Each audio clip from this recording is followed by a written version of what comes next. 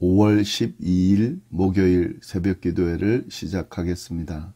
사도신경을 고백하시고 찬송가 424장을 부르신 후에 하나님의 말씀을 함께 나누겠습니다. 오늘 함께 나눌 말씀은 고린도전서 6장 1절부터 11절까지의 말씀입니다. 너희 중에 누가 다른 이와 더불어 다툼이 있는데 구태여 불의한 자들 앞에서 고발하고 성도 앞에서 하지 아니하느냐? 성도가 세상을 판단할 것을 너희가 알지 못하느냐? 세상도 너희에게 판단을 받겠거든 지극히 작은 일 판단하기를 감당하지 못하겠느냐? 우리가 천사를 판단할 것을 너희가 알지 못하느냐? 그러하거든 하물며 세상 일이랴. 그런즉 너희가 세상 사건이 있을 때에 교회에서 경히 여김을 받는 자들을 세우느냐? 내가 너희를 부끄럽게 하려 하여 이 말을 하노니 너희 가운데 그 형제간의 일을 판단할 만한 지혜 있는 자가 이같이 하나도 없느냐? 형제가 형제와 더불어 고발할 뿐더러 믿지 아니하는 자들 앞에서 하느냐? 너희가 피차 고발함으로 너희 가운데 이미 뚜렷한 허물이 있나니 차라리 불의를 당하는 것이 낫지 아니하며 차라리 속는 것이 낫지 아니하냐? 너희는 불의를 행하고 속이는구나. 그는 너희 형제로다. 불의한 자가 하나님의 나라를 유업으로 받지 못할 줄을 알지 못하느냐? 미혹을 받지 말라. 음행하는 자나 우상숭배하는 자나 간음하는 자나 탐색하는 자나 남색하는 자나 도적이나 탐욕을 부리는 자나 술 취하는 자나 모욕하는 자나 속여 빼앗는 자들은 하나님의 나라를 유업으로 받지 못하리라. 너희 중에 이와 같은 자들이 있더니 주 예수 그리스도의 이름과 우리 하나님의 성령 안에서 씻음과 거룩함과 의롭다 하심을 받았느니라. 아멘. 사도 바울은 고린도 교회의 문제인 분쟁에 이어 음행에 대한 내용을 지적하면서 그 음행을 어떻게 처리해야 되는지에 대한 내용을 설명하고 있습니다. 어제 저희 본문인 5장에서 그 내용을 다뤘습니다. 그리고 6장 하반절에서 또 한 번 더 다룰 텐데요. 그런데 그 전에 6장 상반절에 성도들 간에 발생한 사소한 문제를 어떻게 처리해야 하는지에 대한 내용을 설명하고 있습니다. 그 내용을 한번 보도록 하겠습니다. 먼저 1절 말씀을 보시면 너희 중에 누가 다른 이와 더불어 다툼이 있는데 구태여 불의한 자들 앞에서 고발하고 성도 앞에서 하지 아니하느냐. 성도들 간에 다툼이 발생했을 때에 어떻게 해야 되는지 그 방법을 설명해 주고 있는데요. 문제는 다툼이 일어났을 때에 불의한 자들 앞에서 고발하고 성도 앞에서 하지 않는 것에 대해서 지적하고 있습니다. 여기서 말하는 불의한 자들은 세상 사람들을 이야기하는 거죠. 그러니까 세상 법정에다가 그 다툼에 대한 문제를 고발하고 거기서 다루고 있다는 거죠. 성도들 앞에서 그러니까 신앙 공동체 안에서 이 문제를 해결하지 않고 굳이 그 다툼의 문제를 세상 법정까지 가져갈 필요가 있는가 하는 그에 대한 지적입니다. 여기서 우리는 바울의 가르침을 주의 깊게 볼 필요가 있는데요. 사실 오늘날의 분위기로 보면은 교회 안에서 일어난 분쟁들이 세상 법정에서 많이 다뤄지죠.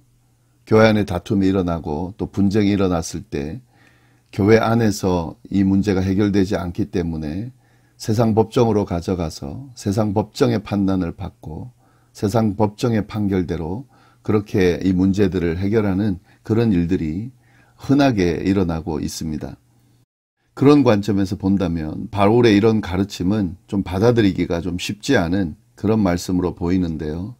그러나 지금 이 바울이 이야기하는 그 당시 분위기 또 그 당시의 상황 그리고 바울이 왜 이런 이야기를 하는지에 대한 이해를 분명히 하면서 본다면 이 말씀은 우리가 충분히 이해할 수 있고 오늘날에도 충분히 받아들일 수 있는 그런 말씀이 될 수 있습니다. 여기서 바울은 불의한 자들 앞에서 이렇게 이야기했죠. 이게 세상 법정이고 세상 법정의 재판을 담당하는 재판장들을 이야기하는데요. 이 사람들을 불의한 자라고 묘사하는 것은 그들이 믿지 않는 불신자다 하는 그런 의미도 있지만 이 당시에 이 사람들이, 이 재판장들이 불공평하게 재판하는 일들이 흔하게 일어났기 때문에 이런 이야기를 하는 겁니다. 당시 로마 식민지에서 형사사건에 대해서는 로마 법정에서 상대적으로 공정하게 처리가 됐습니다. 그러나 민사사건에 대해서는 돈이 많고 사회적 지위가 높은 사람에게 유리하게 이루어지는 그런 일이 팽배했습니다.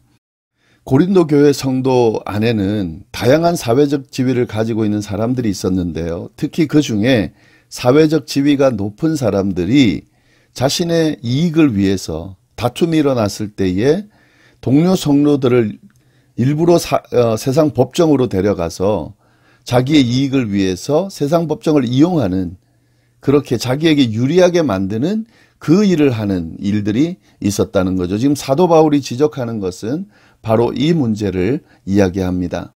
따라서 사도 바울은 교회 안에서, 신앙 공동체 안에서 다툼이 일어나게 되면은 그것을 불의한 자들, 세상 법정에 가져가서 그것을 해결하려고 하지 않고 공동체 안에서 해결하라고 그렇게 이야기를 합니다. 그렇게 성도 간에 일어난 분쟁을 이렇게 세상 법정에 맡기지 말라고 한 그런 이유가 있는데요. 그 내용이 2절부터 쭉 나오는데, 성도가 세상을 판단할 것을 너희가 알지 못하느냐. 세상도 너희에게 판단을 받겠거든 지극히 작은 일 판단하기를 감당하지 못하겠느냐.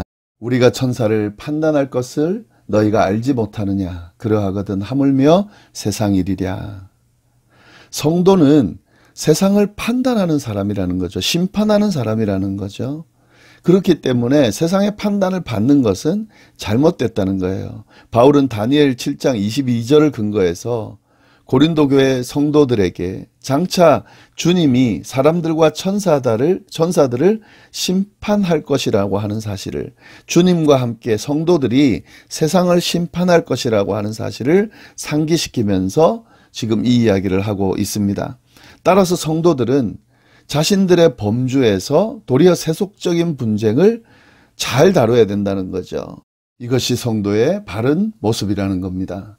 4절 5절 말씀 보면 이렇게 돼 있죠. 그런즉 너희가 세상 사건이 있을 때에 교회에서 경히 여김을 받는 자들을 세우느냐. 내가 너희를 부끄럽게 하려 하여 이 말을 하노니 너희 가운데 그 형제간의 일을 판단할 만한 지혜 있는 자가 이같이 하나도 없느냐.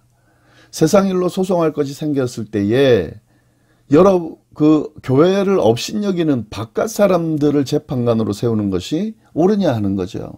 그리고 그런 문제를 판단할 만한 지혜로운 사람이 공동체 안에 한 명도 없냐는 거죠. 굳이 세상 법정에까지 갈 이유가 있느냐 하는 지적을 하고 있습니다.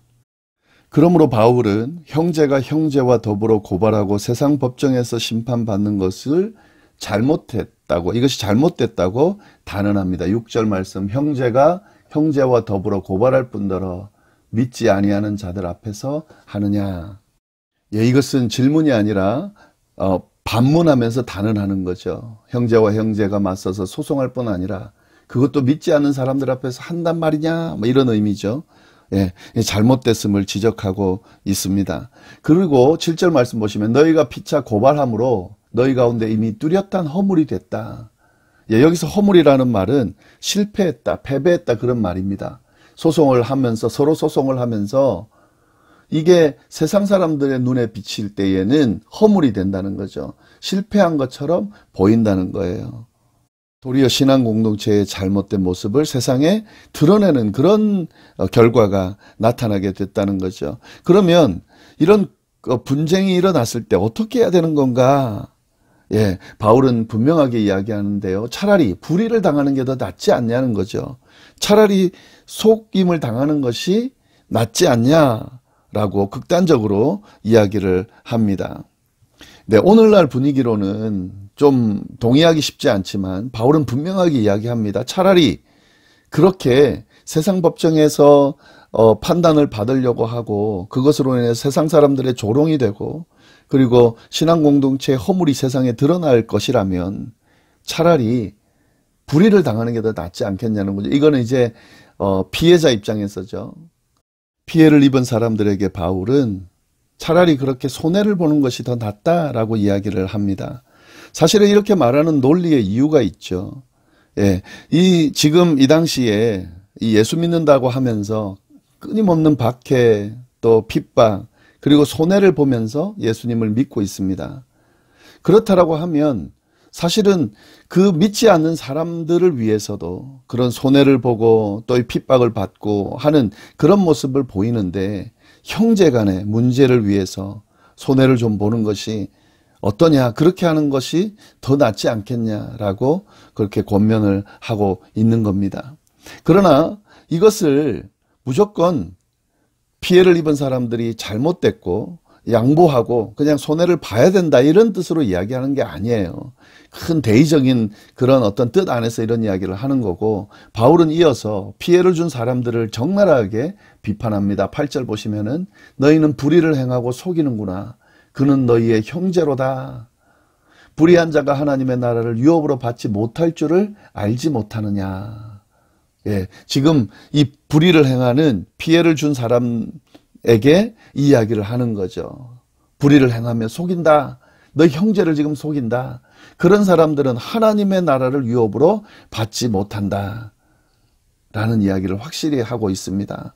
예, 불의한 자들은 하나님의 나라를 유업으로 받지 못할 자들이다. 특히 형제들에게 불의하는 자들은 하나님의 나라를 유업으로 받지 못한다라고 강하게 꾸짖고 있습니다. 그러니까 사도 바울은 피해를 입은 사람들에게는 이런 지금 세상 법정에까지 가서 신앙 공동체가 그런 좋지 않은 모습, 실패한 모습을 보이기보다는 조금 양보하는 게 어떠냐 하는 이야기를 하고 있고요. 그러나 그 억울함을 확실하게 판단하면서, 예, 그렇게 피해를 준 사람들에게 지금 엄중하게 꾸짖고 있다는 거죠. 그러면서 이어서 9절 10절에 보면은요, 10가지 악행 목록을 이야기하면서 이런 자들은 하나님의 나라를 유업으로 받지 못한다는 사실을 분명하게 이야기를 하고 있습니다.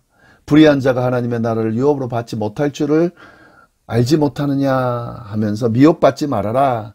음행하는 자, 우상숭배하는 자, 간음하는 자, 탐색하는 자, 남색하는 자, 도적, 탐욕을 부리는 자, 술 취한 자, 모욕하는 자나 속여 빼앗는 자들은 하나님의 나라를 유업으로 받지 못한다. 잘못된 건 잘못된 거고, 도리어 세상 법정에서 판단받는 것보다 훨씬 더 심한, 예, 그런 분명한 하나님의 심판을 받게 될 거다는 거죠. 하나님의 나라를 유업으로 받지 못하는 그런 일이 일어날 것이다 하는 거죠. 바울은 피해를 끼치는 사람들에게 세상 가운데서 이익을 얻으려고 하다가 하나님의 나라를 잃을 것인가, 아니면 세상 가운데 좀 손해를 보는 대신에 하나님의 나라를 유업으로 얻을 것인가, 예, 둘 중에 하나를 선택해야 된다는 사실을 이야기하고 있습니다. 이러한 이해들을 가지고 오늘 말씀을 좀 잘 이해할 필요가 있겠습니다. 그런데 여기서 우리가 한 가지 명심해야 되는 것은, 지금 이런 불의한 일, 이 불의한 일을 행하면 하나님의 나라를 유업으로 받지 못한다. 그래서 이것이 기준이 되느냐 하는 그런 부분에 대해서는 우리가 분명히 해야 됩니다. 하나님의 나라를 유업으로 받기 위해서 이런 불의한 일을, 10가지의 불의한 일을 행하지 않으면 되는 건가? 그렇지 않아요. 예, 하나님의 나라를 상속받는 것은 그런 행위를 통한 것이 아니라 오직 예수 그리스도를 믿음으로 받아들이고 구원을 받는 거죠. 그러니까 이걸 오해하면 안 됩니다. 지금 바울이 이야기를 하는 것은 성도들에게 하는 이야기죠. 그러니까 지금 성도로서의 정체성을 상기시켜주면서 거룩하고 의롭게 사는 것이 성도의 모습이라는 것을 알려주는 거죠.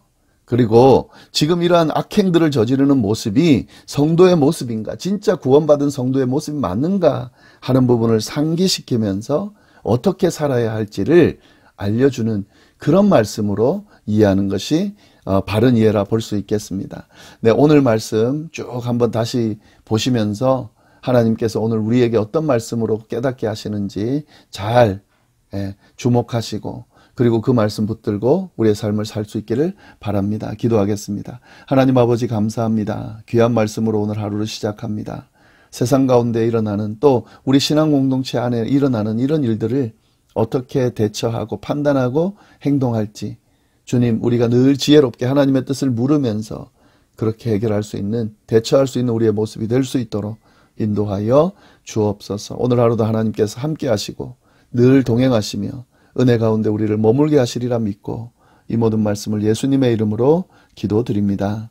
아멘.